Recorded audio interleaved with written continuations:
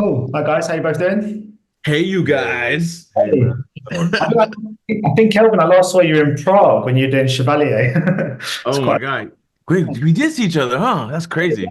I did the EPKs, but anyway, we'll get on to this because I thought this was absolutely brilliant. This show. So, I mean, I just wondered. This is a bit of a kind of broad question, but how do you tackle roles like this? I mean, where do you kind of begin? There's such a wealth of material. There's books, there's video clips. You've got the script, of course, but you've also got like conversations with family members and people that might have been around at the time. I mean, how do you kickstart the process of finding a route into characters like this? Ooh, I think for me personally, I think in regards to Malcolm X, there is arguably a lot of misinformation. So I think for me, it was about seeking sources of information which I believe to be as close to coming from him personally or his loved ones or those who were part of his community and around him. So that started with the autobiography. It progressed to a documentary that Dr. Betty Shabazz was a part of. It then progressed to actual live footage, historical footage, sorry, of him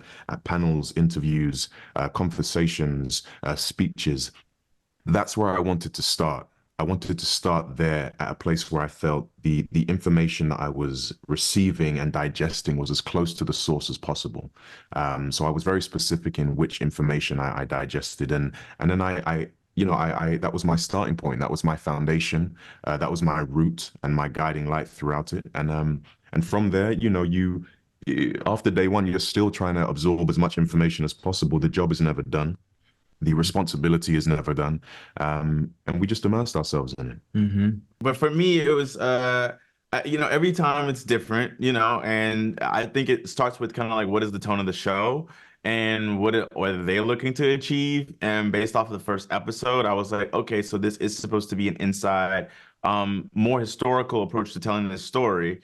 And it's not so much about the amazingness and the spectacularness of being behind the podium and delivering charisma and power. It's about these more intimate, private moments. So I felt like I needed to go. I did a little bit of a tour. I went to Memphis and I went to Atlanta and I went to DC and I went to all these museums, civil rights museums and African American museums. And I spent time, going to Dr. King's home, and I spent time just trying to take in the space and the culture as much as I can because it's changed so much, obviously. But that was a part of the process, in addition to like watching interviews and reading and all the research and stuff like that. But I felt like I needed to like make sure it's a spiritual experience. Like Mhm. you can't really do it trying to make it all academic and to craft. I can craft as much as I can craft, but if this is about soulfulness, then I gotta find the soul in it. So that was my take. And I said I was gonna be quick, and I wasn't quick.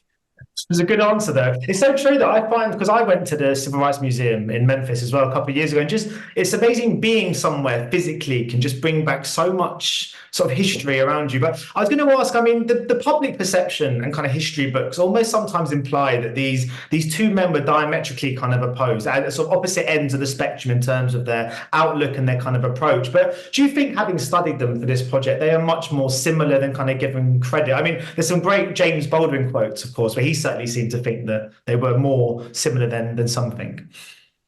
Yeah, 100%. I think, and of course, this is subjective, but I think my viewpoint is yes, that they had many similarities. And I think actually there was a synchronicity. And I think actually their alternative beliefs and approaches on how was best to achieve the mutual goal actually inspired one another's journeys. And I think actually challenged one another to find the most successful version of their respective routes. Mm. So I think this series is an opportunity to see these men, their similarities, and also to see that they are, two sides of the same coin. They have the same objective, and they were both fierce and fired up throughout the entirety of their journeys. Yeah.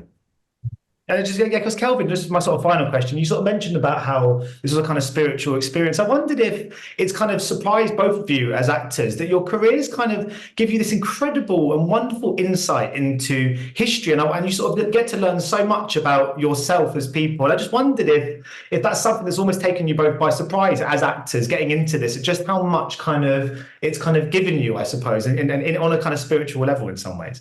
I'm shocked. Listen, I have had a very academic career, and I'm kind of like, I was never like good at school or anything like that. You know what I mean? I played music and I like did plays and stuff sometimes, but to sit and I think about the fact that I've done like 12 Years a Slave and Roots and Birth of a Nation, and then, you know, I have the Monsters and Men film about Black Lives Matter, and then I'm playing Chevalier and BB King and Fred Hampton and Charles Chicago 7.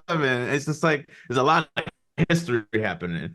But you know, in this moment, I start to take some time to reflect, because to finally get to play Dr. Martin Luther King as like at this point in my life, which I said finally as if I expected it. There was no expectation here at all, and I'm still kind of trying to process it.